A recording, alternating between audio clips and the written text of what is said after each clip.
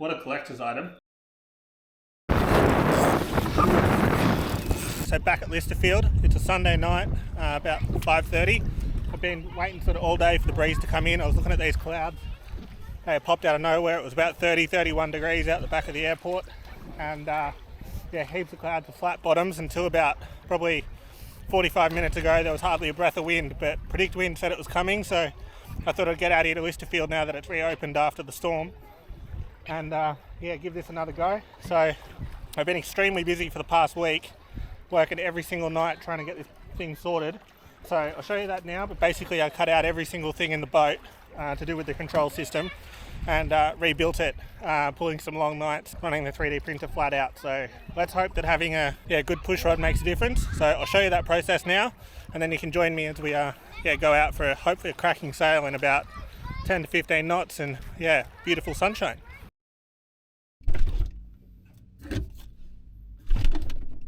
Okay, so here we are a week on from that last sail. I think it was episode 13 where I went up to Sugarloaf. Had perfect conditions but a totally terrible sail. In the end, as you will have seen, I figured out that my control issues where the boat was just going all the way up and then wouldn't take off and it was just terrible. It was caused by this pivot that I'd put on back in about September, coming unglued. Yeah, the message basically just couldn't get through because instead of moving the push rod here, it would just move the entire plastic pivot.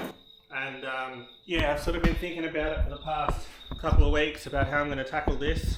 And do I just glue it back on and try and live with it, or do I do it properly? And I was cautious putting this together because I didn't want to drill holes through these tubes if I didn't have to. But after sailing with it for about 5 months like this boat's always just felt kind of floaty, like it's not really super responsive, because I think even though I did my absolute best to keep the slop out of this, like these are full of epoxy, there's no slop on that axle, but there is a little bit of slop between the carbon and the pin. I think it's not good enough to get the reaction time that I want. So I'm going to find a way to pull all this out. Everything from here back, including all these rods, is all going. We're going to find a way to drill a hole through here in the middle, which is what sort of put me off in the first place. Why I didn't try and do that at the start is that this is like an aerofoil shaped tube on this boat instead of a round one, and I'm just worried drilling it's going to be really hard. Yeah, so we'll tackle that. Yeah, then try and get a tube through the mast stump, and then hopefully convert this to the kind of bog standard bugs cam system. I'm glad I gave this a go. I learned a lot about setting it up, making things. At least I know I tried, but it's just not going to work. The other challenge I've got is that it's about 9 o'clock at night now, and it is still like 32 degrees. So Melbourne's in the middle of a heat wave. It's been 39 degrees yesterday, 38 or 39 today, and it's just baking hot. So that's why I'm starting so late. It makes life difficult. So I'll just have to stay well hydrated and have a few rests. So first thing to do is I'm just going to sort of take everything off that doesn't need to be there, and then figure out what the plan is going forward.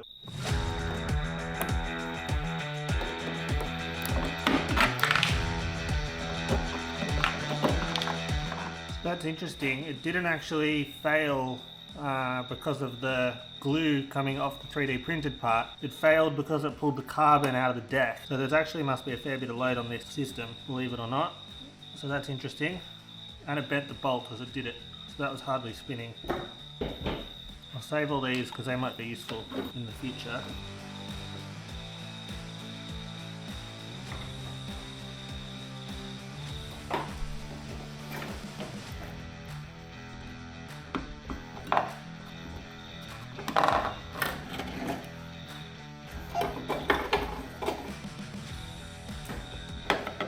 So the main challenge, like I said, with this is drilling the pushrod tube dead straight through the middle of a piece of carbon tube that's shaped like a wing. So normally to do this job I just give the drill to my dad and then he'll kind of just have a go and it turns out okay. But I'm going to try and do it myself this time. But I thought there must be a less scary way to do it where I get to use my 3D printer. So I invented this little sliding traveller car type thing that I can slide along these tracks, and then the drill bit that'll be in here with my drill connected over here, sort of bent up like this, will drill a hole and keep it dead straight as the car slides along, and then I can just work my way up through the drill bit. So as you can see, I've got a bit of slop in it at the moment, so I'm going to go and 3D print a new bottom section that kind of digs into these L-shaped tracks I drew.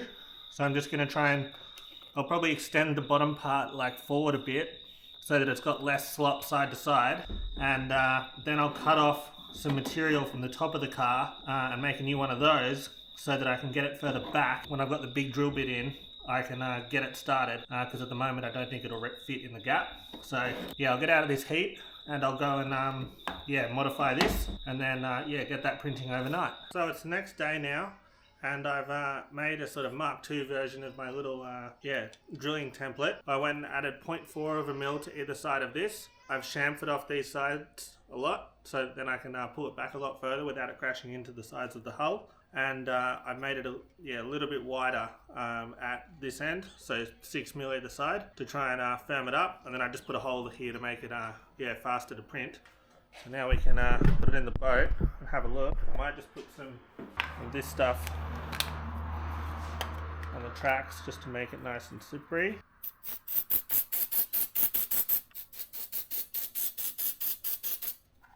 So that this goes this way, that goes in there. I've really lengthened the tracks as well. They used to be the same length as the car, but I put them like as far forward as I can really get them so that there's a lot less side to side slop. And I can just pull the tracks back till they lock into place like so. Then I should be able to just slide and drill. Just like there's just nothing side to side. Like that's as hard as I can pull, and it just doesn't wobble. I'm stoked with that. That's awesome. And then in theory, if I spin this shaft up here while holding the collar, see it spins. Yeah, how good. Really happy with that. Need to go shopping now. I've got the bits for the aft one printing at the moment. So tonight I'll be able to drill all the holes, get that tube in, and see how it looks. Yeah, that's awesome. How do people ever live without a 3D printer? Like, they're the best thing ever to happen to development classes.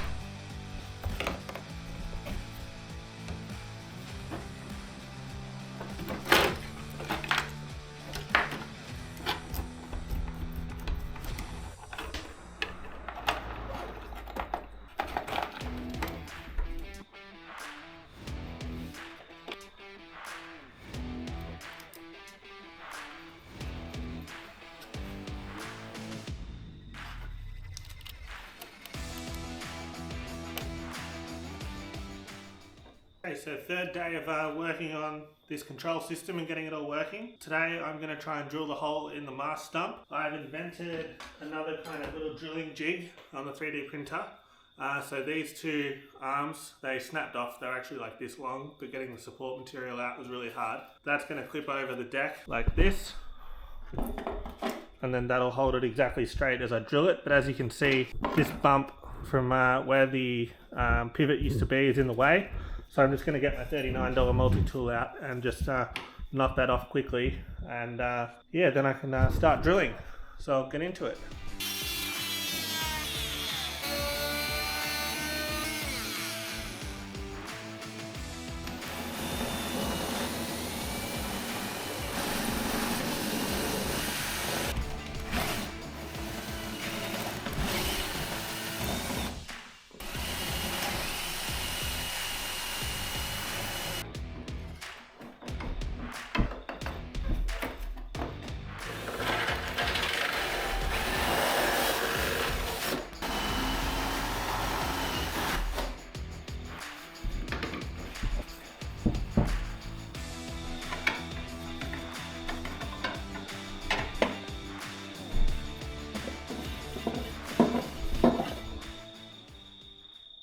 Okay, so it's the next day. I think this is day 4 of fixing this control system. I thought today I need to get some 5-minute epoxy because I want to be able to sort of glue this tube in the right place before I sort of just reinforce it a little bit. So I was looking at the Bunnings website, and like one thing of araldite costs like $11.50. And then the guys at work had mentioned this Southeast Clearance Centre, which is just around the corner. And yeah, I saw that they had 5-minute epoxy. For just $25 you can get a whole box. So how good is this?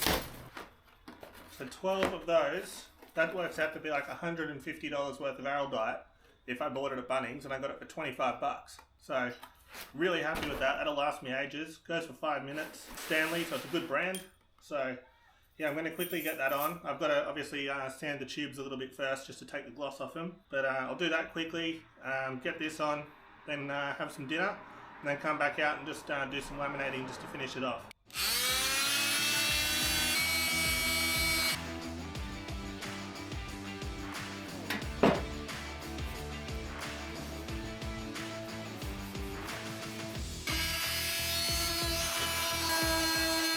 So my plan is I'm just going to mix up the resin, then I'm going to slide the carbon tube inside the boat, and from there I found the old push rod that came with this boat, from when it didn't have a bowsprit that used to stop there, and then I'm going to slide that through, and that can act as like an aligning rod to keep it all in place while the 5-minute epoxy sets. Then we'll leave that to cure. So let's get into it and see what my whatever it is, $2.08 per packet of 5-minute epoxy compared to $11.80 for araldite. So good. Let's give it a go.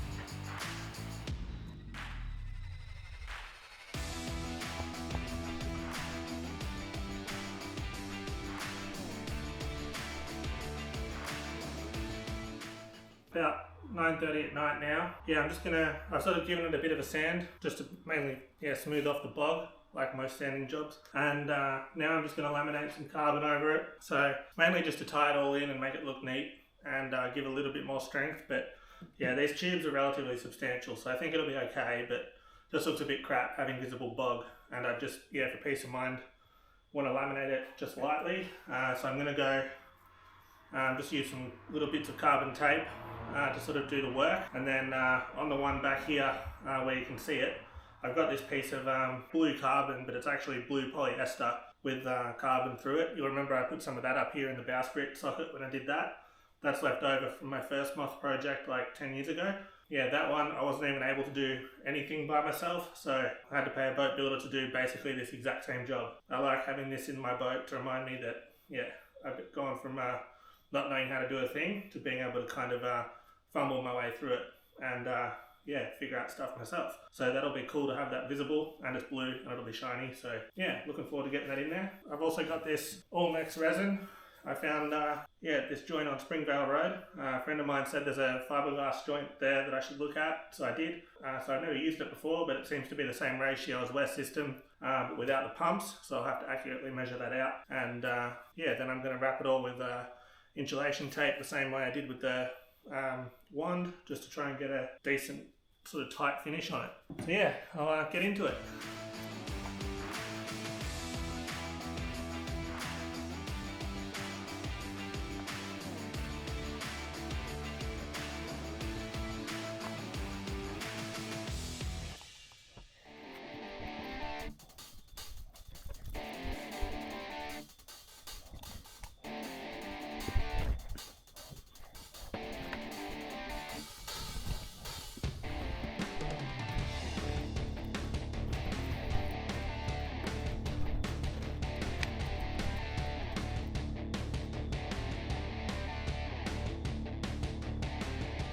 Okay, finally got all that laminated up.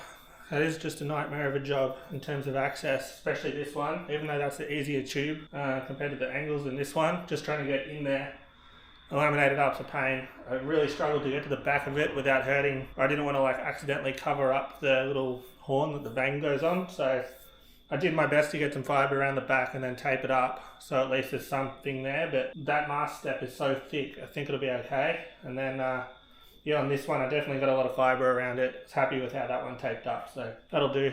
It's like 10:30 now, go to bed. Tomorrow I'll be able to glue on. I'll finish making up some supports for the front and the back of the tube. Hopefully get the push rod in the next day or two, get that in, and yeah, it should be almost right to go again. Okay, so the final big day of yeah, working on this push rod conversion. So probably, yeah, I'll end up pulling that tape off that I put on last night, and then I printed some little supports to go at the front and the back. So they're pretty standard. I just put a little sort of pattern in the bottom, which I'll be able to show you on the screen now, so that the epoxy has something to sort of key into, because my brother sort of did something similar to this on his boat, but I know he had trouble getting them to stick because epoxy doesn't stick to plastic very well. So I'm hoping by having a heap of little tiny semicircles along the bottom, that'll give it something to kind of mechanically grip into and it won't be able to pull out backwards. So we'll try that. Now the really cool thing, look at this. My father-in-law found this today at the op shop and got it for me. Some poor bloke's probably thrown it out by accident. It's I dropped air in the sort of the probably late 94, early 95 era, so it's still got, the foils are black, it's got the original floats, not those later ones it had with the kind of chine. It's still got tiller steering, not the wheel. Yeah, super cool. Got it for $4. Like, some bloke's probably filthy, he's thrown it out accidentally, and yeah, his loss is my gain. So what a collector's item. Absolutely stoked with that. I thought the people that watch this channel might share my enthusiasm, but yeah, pretty cool. Don't know where I'm going to put it, but that's a pretty special piece of art. Anyway, let's go and pull this tape off and yeah, see how our work yesterday has come up.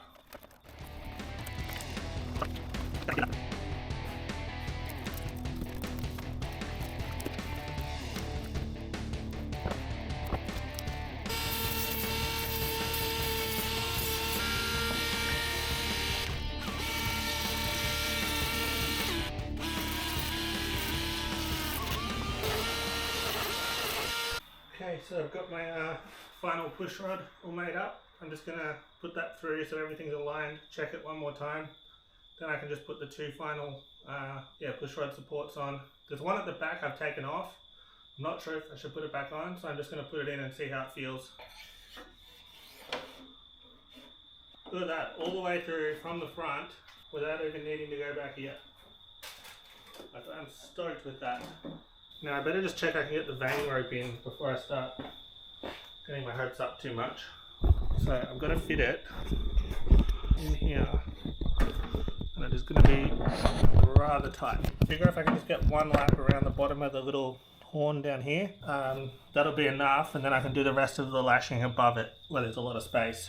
So happy with how that turned out. Okay, so I've got my bit of 4mm dynamo where it's going to go.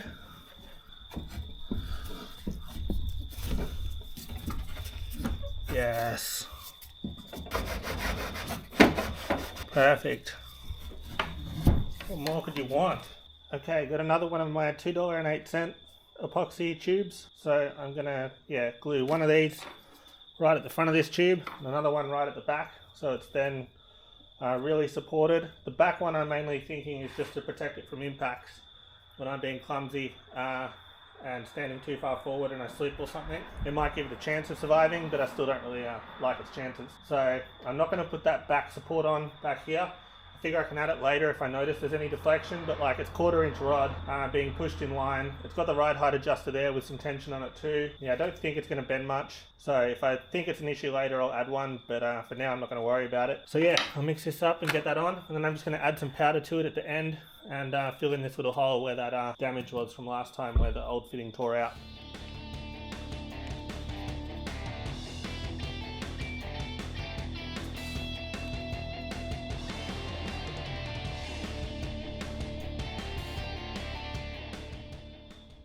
Okay, so the glue's had a bit of time to dry, and I'm just going to put some of this all over the push rod and along the follower, and then I can do the final assembly and yeah, get it all back together, and then I'll be able to take it out of the shed tomorrow.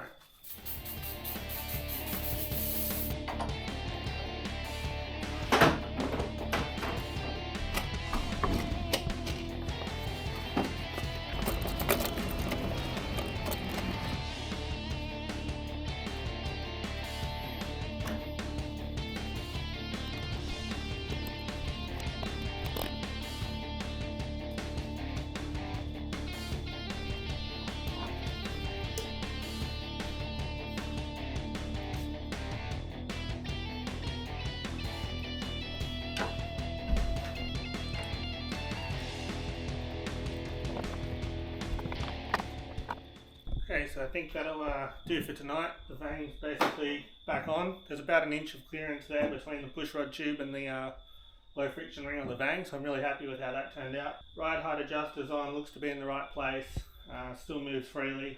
Had a bit of an issue with the epoxy drying on this little support in the wrong spot, so I quickly tapped it with the screwdriver, whacked some super glue under there just to get it back in the right place. Everything up the front's done. Just need to tape on the foredeck and bolt on my compass mount tomorrow, then get the boat out of the garage. And yeah, ready to sail on the weekend. Oh, and I've got to investigate why that bladder's gone flat.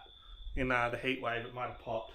So yeah, a few little things to do, but definitely getting there. Friday night, just a few little odd jobs to do to finish the boat off. I'm going to put the GPS bracket back on and get that all sorted, and then I will put the foredeck back on. Then I should be able to just tip the boat over, maybe here or maybe outside. I just want to put the foil in and check everything actually works. So yeah, quickly do that GPS bracket, tape on the foredeck, and then I'll come back. Okay, moment of truth, and find out if 5 or 6 days of work was worth it and if it made any difference. So I'll put the foil in, hook it all up, and see what happens. I really hope it works.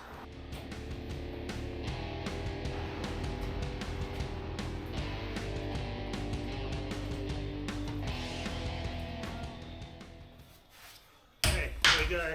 Let's see if it works. Please work. Oh. A bit more height.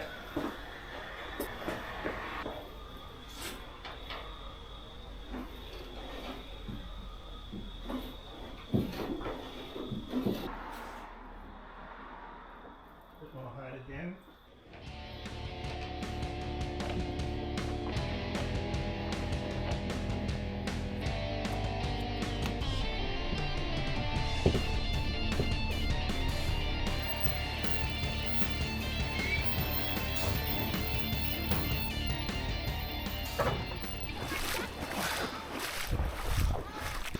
This joint is always cold. Right, 3, 2, 1.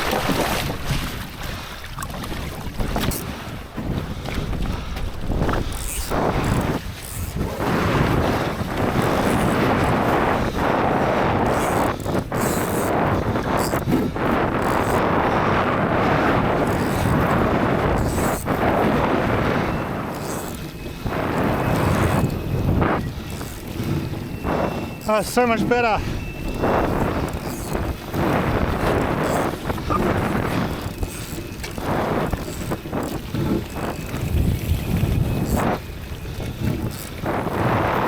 One and a half.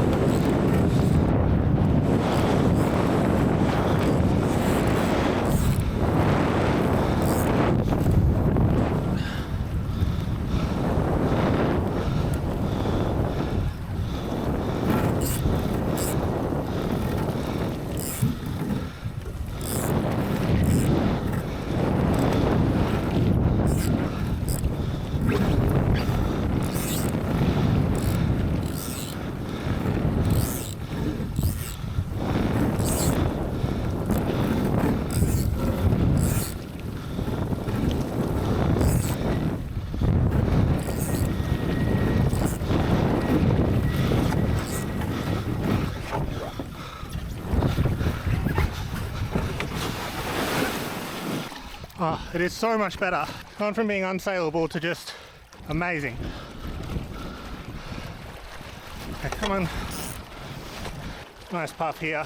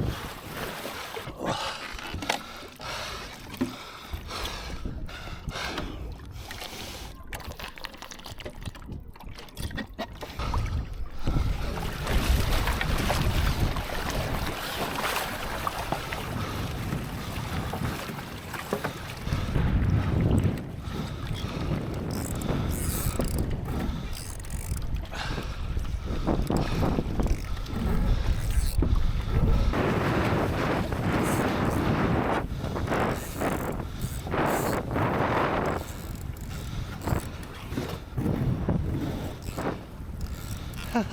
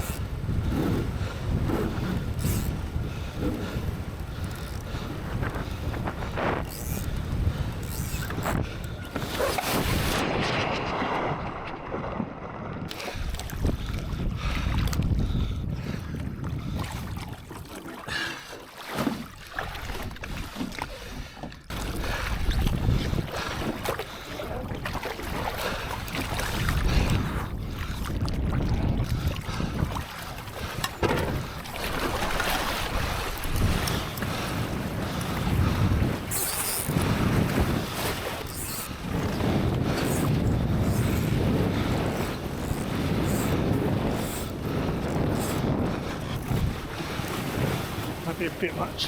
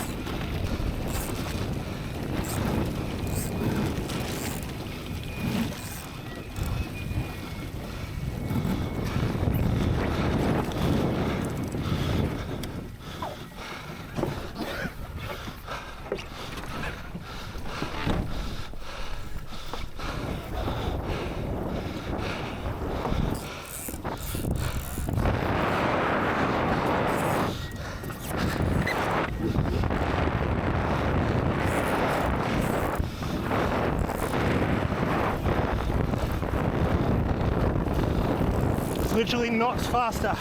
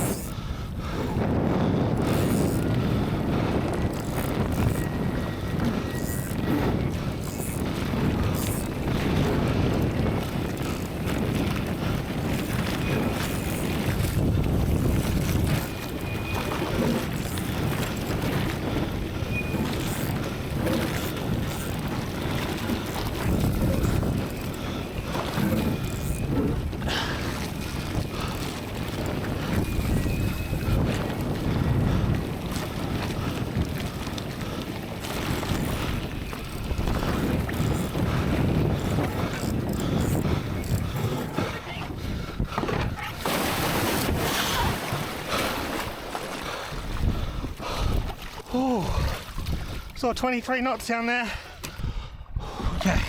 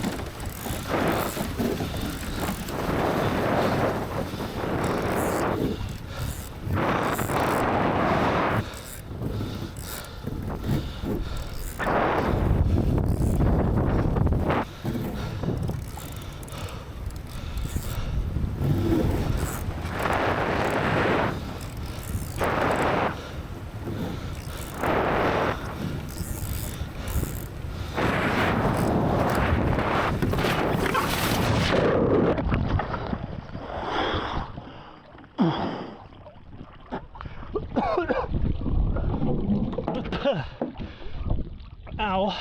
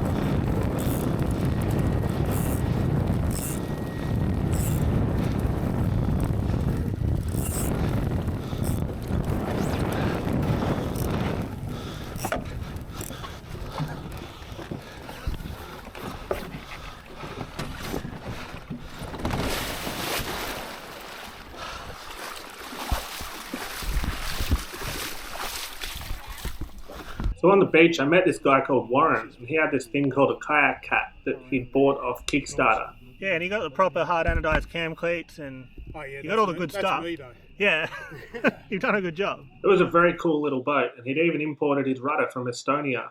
Okay, so yeah, made it back in. Got some kangaroos just behind me there, and yeah, had an absolutely fantastic sail. Like, it was like a totally different boat. Yeah, just so much control. Like, I could do whatever I want. I just kept winding more and more and more and more hard into it, and it just responded perfectly. And it was just fast. The only issue was the GPS mount interfering with the vang, but yeah, just stoked with how it went. Like, a week of hard work, grinding away, and then you just get cracker conditions like that, like perfect sea breeze for just an hour. Then it sort of faded off to 6 knots, and I came in pretty quick just to try and sort of protect that foredeck where the stupid GPS mount was crashing into it. Yeah, besides that, like, just what a day. Like, so good to put in all that work and then end up with that. Like, it just doesn't happen very often, but that boat is just stunning now. Like, it's gone from being just not a dog, but just hard, to just absolutely awesome. Like, just stoked. So yeah, thanks for watching. Remember to like and subscribe, and yeah, I'll see you next time.